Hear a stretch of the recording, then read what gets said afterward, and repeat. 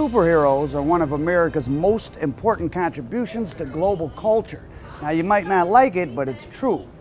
12 of the top 30 grossing films of all time worldwide are based directly on comic books. And when you add in comic book-like movies like Star Wars, it's more like half.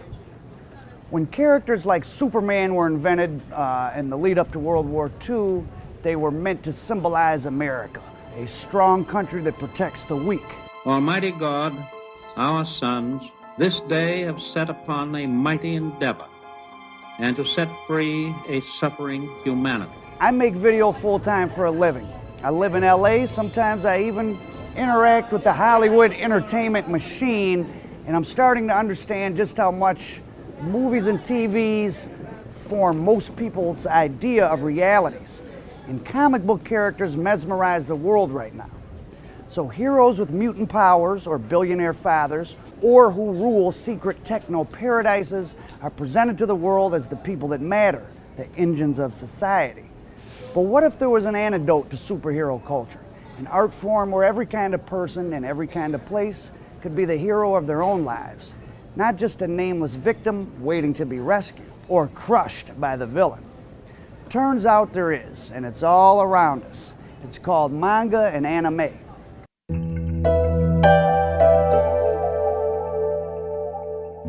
In fact, one of the most culturally iconic TV shows of the last 20 years in America is a Japanese anime-style show written and drawn by an African American, The Boondocks by Aaron McGruder. So let's explore Japanese manga and anime. Manga is the Japanese word for comic book. Anime is manga put into video form, but a much simpler and exponentially cheaper form than Hollywood superhero movies. And if you think that Japan got their comic books from us, think again. Manga is even more important, more central to Japanese culture than comic book heroes like Superman, Batman, and the X-Men. In fact, manga accounts for 1/4 of the entire Japanese publishing industry.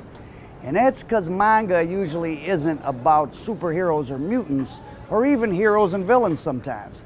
Manga's about anyone and everyone and tells the stories that no one else will, not bound by the confines of cinema or TV or traditional publishing. Japanese people enjoy going to manga cafes where they can just relax drinking and reading manga. Now, manga is said to originate from scrolls dating back to the 1100s, and it's believed they represent the first example of the right-to-left writing style. And what we call comic books in the West are of much more recent origin. Now, humans only need to be entertained when they have time on their hands. And generally speaking, humans haven't had much free time on their hands until relatively recently. We were too busy trying to survive. Japan, which is the home of manga and anime, is also home to the first entertainment culture in the world. Why? Because of politics. The Japanese feudal era lasted from 1185 to 1868, and it was a time of shoguns, samurai, and ninja assassins.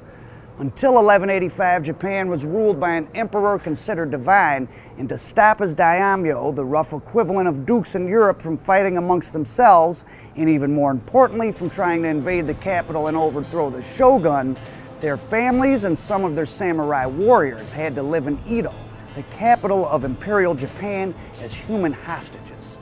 So Edo, which is now modern-day Tokyo, had rich nobles who didn't have to work and needed to be entertained. Now in Europe, Africa, Middle East, and other East Asian societies, this went on also, but at a much smaller scale. Nowhere else had such a large class of idle rich existed as in the Japanese shogun period.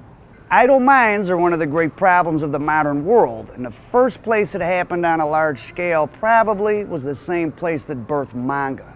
Does this mean something important? Probably, because wherever Japan is going, the rest of the world follows. Yoshiwara was the name of the district of Tokyo where all this was occurring. Now, social classes were not strictly divided in Yoshiwara. A commoner with enough money would be served equal to a samurai. Those samurai were discouraged from entering with their swords, and they had to leave them at the front gate. Money and entertainment turned out to be the first great equalizer in the world. And the fashions in Yoshiwara changed frequently, just like today, creating a great demand for merchants and artisans. Prostitutes were supposed to only wear simple blue robes, but this was rarely enforced. Fashion was so important in Yoshiwara that it frequently dictated the fashion trends for the rest of Japan. So we can see the beginnings in many ways of global pop culture, if you will, from the red light district of Tokyo.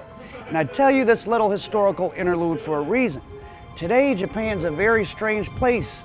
40% of Japanese between 25 and 40 are virgins. People are living inside internet cafes. And manga is providing an escape, I suppose, for many people. But it's a different kind of escapism than American superhero comic books give us. Anyone could see themselves as a lead character in most manga, and thus it really sucks a bigger portion of the population in. Is that what the future holds for us? Now, one of my favorite manga is Master Keaton. The eponymous character is an archaeological and Secret Service agent that solves mysteries through 144 chapters. He doesn't have any superpowers, he's more of an Indiana Jones type, but more so. Master Keaton is the son of a zoologist and a well-born Englishwoman. Keaton's parents separate when he's a kid. Keaton studies archaeology at Oxford, and then he joins the British version of the Navy SEALs, and then he settles into life as an insurance investigator for the prestigious Lloyd's of London, where he's known for his abilities and his unorthodox methods of investigation. Some of the early manga was really artistic mixed media, featuring real film footage and photographs from the news mixed in with this rudimentary animation. There was one called Otogi Manga Calendar that went on the air for 3 years from 61 to 64, and it's officially known as the first anime series ever to be broadcast in Japan. So what's anime mean exactly? The word anime is a Japanese term that translates in English, obviously, to animation. But it's interesting that in Japan, the word anime is a blanket term for all forms of animated media from all over the world. So in Japan, animated productions from companies like Disney and Marvel would all be considered anime, along with the rudimentary drawings of like a Hello Kitty. In America, we use anime to refer to a specific style of animation, the one that's produced in Japan, and the same goes true for manga.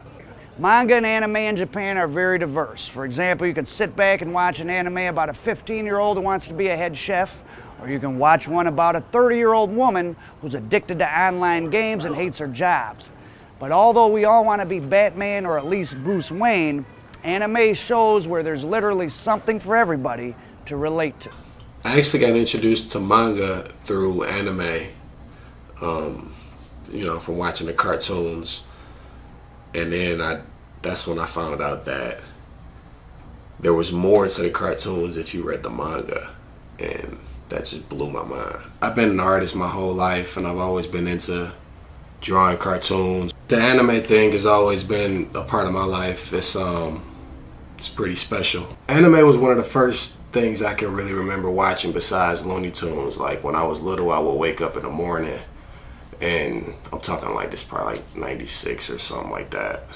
I wake up and I watch Pokemon while I'm getting ready for school, or right after I got ready for school. And then I watch Sailor Moon right before I walk out the door. Come home, you know what I'm saying? All day in school, I'm drawing these characters, drawing anime characters, my favorite characters. Come home, watch Dragon Ball Z, you know what I'm saying? On Toonami, watch Gundam Wing. Like, it's always been a big part of my life. And it's always been like an inspiration to a lot of the artwork I do in one way or another. And then before I even knew what anime was, I didn't even know it was anime when I was watching it when I was little. I thought it was just a cartoon. And when I finally started to really pay attention to how characters look similar and how they have like similar structures as far as the technique of the drawing goes, I started to realize that they all came from the same place. But even then, my first thought wasn't like, oh, this is like Japan's style of animation. What I first thought was, it must be one artist that made Dragon Ball, and that made Sailor Moon, and that made Pokemon, and that made Gundam. I just thought like one artist was making all of those because they look so similar. But then when I got older, I found out that it was part of a bigger collection of all of these different characters and stories that may look similar because it's following like the style of you know, an entire nation, or like a history behind an entire nation. So that's pretty big to me as far as like art goes, because it really just shows you like how big it can really be and how important it can really be to a society.